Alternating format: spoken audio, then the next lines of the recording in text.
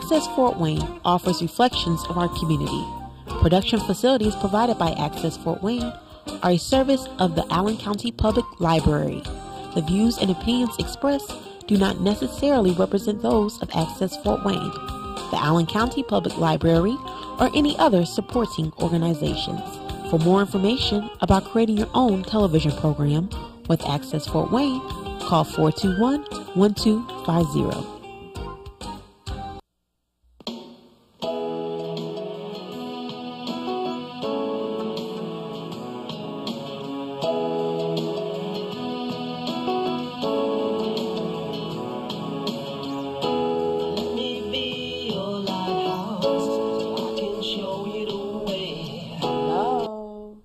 This is Patty Hunter, and this is my show, Patty's Page. Today I have two wonderful guests. They are friends of mine. One is Tiha. Tiha. How do you pronounce your last name? Chi. Chi. And this is Miu Miu Mian. Hello. So, the reason why I have you here, I've had you over a year since I last interviewed you. We did a whole hour at that time, but we're doing a half an hour this time. At the time we were outside of the building. Outside. Yeah, in cafeteria. Oh, that was good. I haven't seen you for a while. What's been happening with you guys? What are you up to? Oh, we are doing okay. Busy as usual. Yeah. And I'm busy about my job, busy about my TV program, and plus FM radio program. Are you doing FM radio? Yes. I didn't know that. We started on July 1st. Oh, yeah? FM 89.1. It's every Sunday, 3 to 3:30. Is it English or Burmese? It's in Burmese, but heading in English. Okay. Not on the Because the radio. targeted group is Burmese. Oh, my goodness gracious. How many Burmese people are here? Well, officially, according to the census, is about over 3,800. Oh, yeah. But Really? we believe it is more than that. So what I can say is around about between 8,000 to 10,000. That's wonderful. So this is the almost like the capital here of the Burmese community.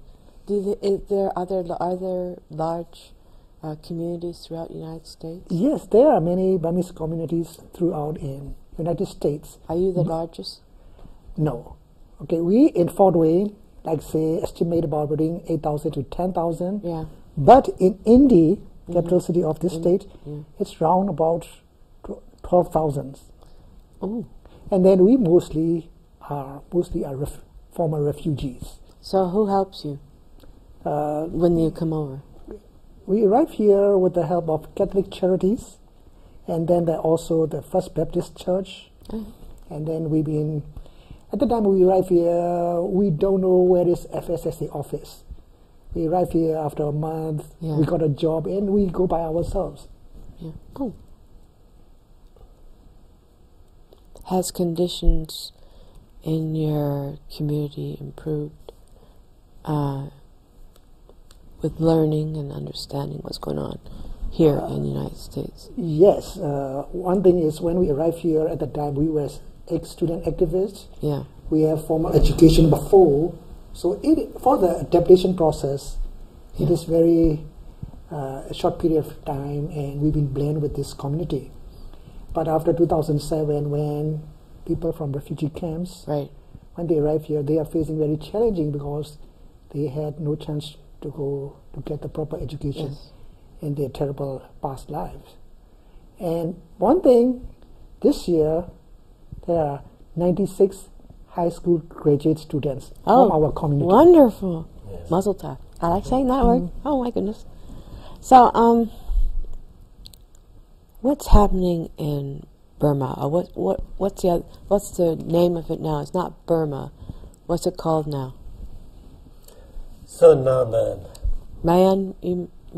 our country name is, the previous name is Burma. Yeah, what's it now? Right now, the government changed country names and a lot of city names, including the country names, capital names, and a lot of city names, and from Burma to Myanmar. Myanmar. Yeah. What does that mean? So Burma stands for all of the ethnic groups and all tribes who live in Burma. Yeah. But and then Myanmar stands for just one of the 8 major ethnic groups. That's not Burma. right. So, but actually, in Burmese language, Myanmar stands for the one major ethnic group. Oh. Who changed that? By military regimes after they took over the state powers after 1988 pro-democracy uprising were crashed down very severely by them. They took over the state power and then they changed country name. So, are you still, are your people still underneath that regime, still being held down, held back in your country? Do you still have that military regime? Yeah, after after they took over the state power, in 1988, right. And then they held the first general elections, and controlled by the military regimes. Oh. So in that elections, and then the NLD, National League for Democracy Party, led by Aung San Suu Kyi. Let's show a picture of her. Yeah. They're zooming in, and they're going to be getting. Oh, that's nice. Do it this way. No, that's okay. That's what's her name again? Her name is Aung San Suu Kyi. She is daughter of our national hero, our independence hero. Her father's name is General Aung San. We regard her father as a George Washington of Burma. Our national hero. So she's taken over. So and in the 1990 elections, and then the NLD, National League for Democracy Party, led by her. So her party, won landslide. But and then the then military regimes promised to the international communities after elections, but they will transfer the state power and they will go back to military barracks. But actually, when her party elected landslide, but they denied to transfer the state power. Instead of the hand over the state power to the elected body, they arrested all of the members of parliaments and all of the democracy activists that's and all not of right. Politicians. So she was in house arrest? Yeah, 24 years of 24? her. 24 years of her, just 15 years. 15 years out of her 24-year political lives. Oh, she was house arrest. House arrest 15 years. So now she is free. She's free. Yeah, she's free, and she was elected by the people for the representative of the Congress, like the parliament member. Now she is in parliament. Does she have still problems with the regime? Is she still fighting for freedom? Yeah, she in her political lifetime, she always demand democracy, freedom, human, justice, humane, equality. Yeah, equality. So you were last February. You were at the UD during Human Rights Week. What was that all about? What you talk about? Yes, what's UD? Yeah, and the last February, in Human Rights Weeks, and then I was invited by the University of Kentucky. Oh. Yeah, University of Kentucky. So I went there and then meet and talk to the students from there, and then other organizations and right organizations. They invite me to talk about and to explain about the Burmese past and present political situation, especially human rights abuses committed by the military regimes inside Burma. Yeah, I've heard stories about what. Yeah. We talked about that the last show. Yeah, sure. They're still doing that? Yeah, but and then now the military regime, they change, everything, like the country names, city names, their government names. They change their, military uniform to civilian clothes. But they change everything. It's a politics. Except themselves. It's a politics. They change everything. But right now, they call themselves, we are civilian government. We have the constitution, state constitutions. We have the parliament. We are the elected body by the people. Yeah, right. And then actually they deny to free all political prisoners. They deny to make the peace dialogue among the ethnic armed resistant group. They deny to negotiate with the other right organizations and other international communities. Do you think there's ever going to be peace in your country? Yeah. Kia. You answer that. You mean it's about peace in my country? See. Because my country was ruled by the military dictatorship for 50 years. Oh, that's a long time. It was corrupted, Right. a lot of problems, everything was chaos underneath. Because when they talk to the international, when they talk to the people, Right. everything's smooth. You know, if you read newspapers in the newspaper, if you read the news in the newspaper, you will see many bad news, right? Right. In Burma, it's very different. If you want to be happy, peace, read newspaper. Everything is very good, Censored? and all are good, you know. And in reality, it's not. Yes, so they're far from reality for a long, long time. So when they start a little open up, Right. all the problems pop up. Well, yeah. You know, for the farmers, for the laborers, Right. and the ethnic minorities, and the corruptions, economy. Just came up. Everything's pop up now. Uh-oh. Because they cover under the carpet. So they And don't. now so it's people really are confused. People have a little chance to show, to disclose what is what real life is going on. So, it does. and then the What a parliament, the parliament cannot handle, and then the government cannot handle the problems because everything was overwhelmed. In chaos. Yes. But do you see it's coming to a head with her, Sue? With people behind her, she can be able to help get your country together? I think, she is trying. Last about month of July, she went to the European Tower, European trip. She told that if there is an election on 2015, she is ready to lead the country, what she said. How old is she? She's 67. 67. So what she means is she sees the problems, she knows and she learned about the democratic system because she been raised and educated in outside of Burma. Oh, yeah. So she knows the democratic system, So she knows what's going and on. then I believe she will try to unite people together. Right. But she cannot walk alone, so she needs a lot of Yeah, supporters. she needs a lot of supporters. And she needs people who has the capacity to lead the country, to work together with her. So she needs outside help out of... I mean, she cannot walk alone, She can't. because she has to unite the people. And like your presidents, there are many advisors, right? Yeah. To make a decision, Right. he needs an advisor. He needs to listen from the advice, and he can make a decision. Yes. So Suu Kyi, my leader, Dr. Aung San Suu Kyi, she needs who are people who has a capacity Right. to give a better advice, and then she can make a decision. It might help to change to the democratic system. I hope so. I've been praying for your country. Thank you. You're welcome. To me, you have a picture of Sue with your family. Could we show that? Yeah. So they're going to zero in on that. So if you can. In the middle, it is Sue. Yeah. So this is a picture. The Aung San Suu Kyi. She is my youngest. She is my mom. Then she is my younger sister. These two? Yeah, that picture was taken when I was arrested and when I was in prison. Oh. So that time, and then she released. She was released the second time for her house arrest. She visited home and encouraged my family. Yes. So that time she is 55. Oh. Right now 67. Oh. We regard Aung San Suu Kyi. For us, she is our democracy leader. But for the international community, she is for international democracy icon. Ah. Yeah. And she's coming here.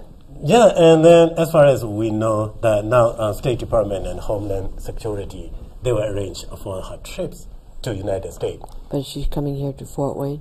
Yeah, and then she will come here United States, and then she will accept the Congressional Gold Medal Award, and then another award, the Atlantic Center give her the Global Citizenship Award. She will accept these awards at the Washington D.C. after that, and then she had another trip to meet the Burmese communities in the United States, including Fort Wayne. Is she a Nobel? Yeah. Nobel Prize? Yeah, and then she got the Nobel Peace Prize for the 1991. But that time she was in house arrest. So she has no chance to go there and to accept her award. But in the last 3 months, last 3 months ago, now she has a chance to go to Norway and accepted the Nobel Peace Prize. Will she be able to go back to Burma without any problems going back in? Yeah, but then now the government allow her to go abroad to meet the international communities. I hope they'll be so, and then we hope, and then after she arrived here in the United States visiting, and then she will go back to Burma very peacefully. Because and then right now she and the so-called civilian military control government wants to work with her. Because and then they want international community to lift, they want the U.S. government to lift the targeted economic sanctions on them. On them. Well, yeah. So without her collaboration, and then the U.S. government, it is very hard to for the U.S. government to lift the targeted economic sanctions. It's a real mess, isn't it? Mm-hmm, yeah. Yeah, here local news. You have a newspaper? Yes. Well, you can hardly see it, but it's Suu Kyi city visits in works. Oh, Burmese activists hoping for stop in late September. In Fort Wayne, she's going to stop here? Yes, let me explain that one. There is a plan that we heard. She will visit to Fort Wayne last week of September.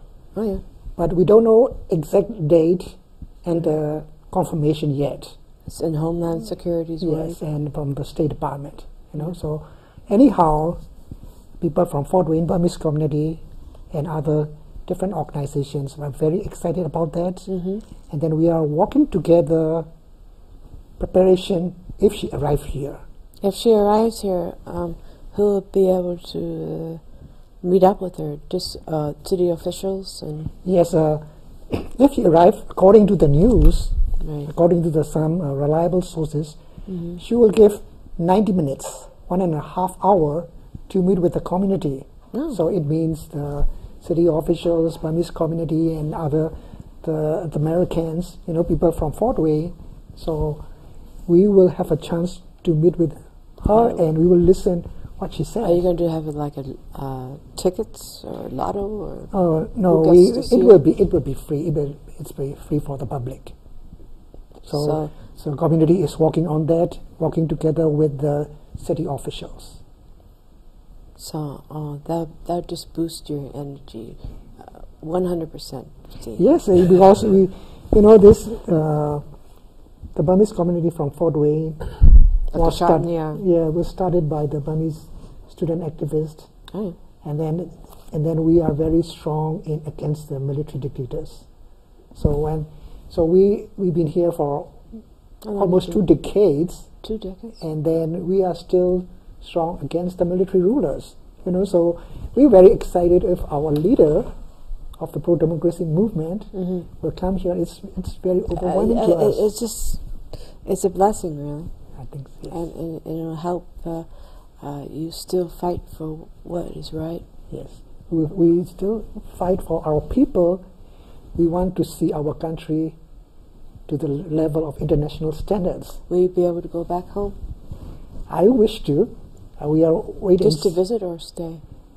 Well, my true intention is I would like to work for my country. Right. To reconstruction, So because we've been learned, we had experience in democratic country, especially number 1 country in the world. Yeah. And with those experience, with those learning, I would like to apply, as a true citizen of Burma, I would like to apply, I would like to help as an individual. You're a dentist, right? Yeah, I was a dentist in my country. Over there. Yes. If you move back, will you still be dentist or do something different? I have no idea. I out of touch my profession since I left from my country since 1989, so long. 24 years 24 ago. Years. You wouldn't know what to do with that, too? I don't know what you speak. But one thing is, I learned about the business, and I finished my MBA program from Indiana University. Congratulations. And then I'm working different management levels in the United States. So with those learning experience, hopefully you can be able to help it might help in the process. It's not a big deal for one person capacity, but anyhow, before I die, I want to do something good for my country. You have to build the country, rebuild the country from the bottom up. Yeah, I like to answer that question, like Dr. Tia. So, and I like to tell you two parts. When we want to go back Burma or not. Yeah. Although we have a chance to go back Burma or not. And as for me, inside Burma, all media controlled by the government. There is no press freedom, there is no media freedom. So people, the politicians and democracy activists and all of the media people, they have no chance to draw the international communities and international media awareness. Because then they were controlled by the military regimes. We Burmese people, like Dr. Tia and I and other democracy activists, outside of Burma, we have the great chance to meet the media people. Right. And then we have the chance to draw the international communities and media people awareness for their struggling inside Burma. This is a great chance. You've done movies and interviews and all over the world. like this thing. And then other thing, we have the another great chance to learn democratic and open society. What is a democratic open society? As Dr. Tia and I, we never experienced we never experienced the democracy and freedom. After we moved here, this is the first time we experienced democracy and freedom. And then we have the great chance to learn education. Right. And this is very important for the people, for the Burmese people who live outside of Burma. And the other thing, and now if you want to go back Burma, first thing you must do, you must apply visa from the Burmese embassy in Washington, D.C. Right. That time they have the, some agreement. Right. The agreement say, if you want to go back Burma as a democracy activist, first you must agree and sign with them 6 agreements. 3 of them are very important for the democracy activists. Right. That number 1 say, when you are inside Burma, you never allowed to against a military regime. You never allowed to contact the unlawful association. There are a lot of unlawful association allowed. Still going on? Still going on. And then the third, when you are inside Burma, you never allowed to contact the unlawful and some organization. Government says some democracy organization allow the Thai-Burma border, India, and here in the United States. Some Burmese organization, government, announced these are the unlawful associations. If you agree these 6 agreements, then they'll let you in. Yeah, they will issue you the visa. Oh, whoopee. If you agree, okay, you can go back. But if you don't, you don't, you have no chance to go back. And some people, yes, we agree, but the U.S. embassy, Burmese embassy in D.C. denied no. Dang. So how, if he say, I wish to go back Burma. Actually, I think, and I like to ask him, hey, you should go and apply visa. I think he will be denied or rejected by the. Let me add. Because he and I are still working together for the Burmese democracy, and we are still participating. Let me add what he said. Because we learned about the democratic system here. Because in my country, we cannot openly criticize the government, the military rulers. Yeah, they will punish us. Yeah. That's why in our talk show at Golden Moon TV, we discuss very openly and criticize the military rulers, including to Aung San Suu Kyi. If there are policies that we don't like or we not accept, we criticize with respect. That kind of talk show, that kind of open criticizing or open ideas, that's not allowed in Burma until today. So That's why we are trying to show our people, hey, in other countries, other democratic countries, Right. people can talk, people can criticize, but with respect, and then giving the others possible solutions and alternative ways. That is the part of the democratic system. That we are sharing that information to our people. And I hope everybody in your country does experience what you have experienced. Sure. I've been praying for them, and I'm glad you came on my show. Now, we have a picture of you Oh, yeah. in that. Can I hold it up? Yeah, so before I show the pictures, and then now... We have less than 2 minutes. Yeah, we democracy activists outside the Burma and inside and outside Burma. So we have been trying to establish the national reconciliations among the military regimes and all of the ethnic armed resistant groups and all of the democracy forces inside Burma. Though we have been trying to, establish the national reconciliation, but there are a lot of political prisoners in prisons. There are a lot of armed resistant ethnic groups in jungle. There are a lot of oppressions. So, and then though we want to establish the national reconciliation for our country, for peaceful country to become the peaceful country, but the government denied to free political prisoners. So when Aung San Suu Kyi freed last time, her house arrest, Right. yeah, we took the global international level signature campaign to free all political prisoners. So we have a picture of you. Yeah, in these pictures, and then we publish. We have less than 1 minute. Yeah, Can you see that? Can you zoom in more? Okay, quickly.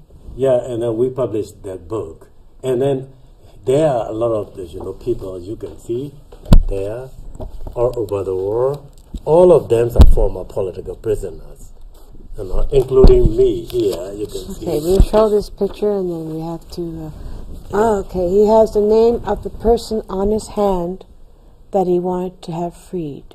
And did he get free? Yeah, he is free. He was free. So, and then we make the signature campaign all over the world. All of them are here, over 100 former political prisoners. Some are in the United States, some are in Australia, some are in Norway, some are in Thailand, something like that. And then we urge and demand the military regimes to free all political prisoners unconditionally and immediately.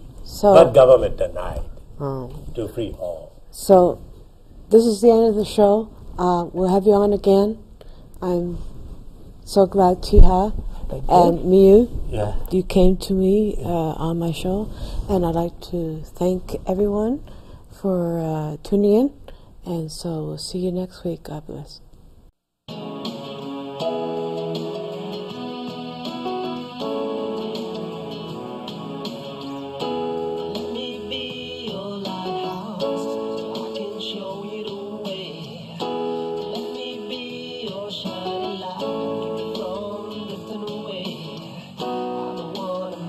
Try.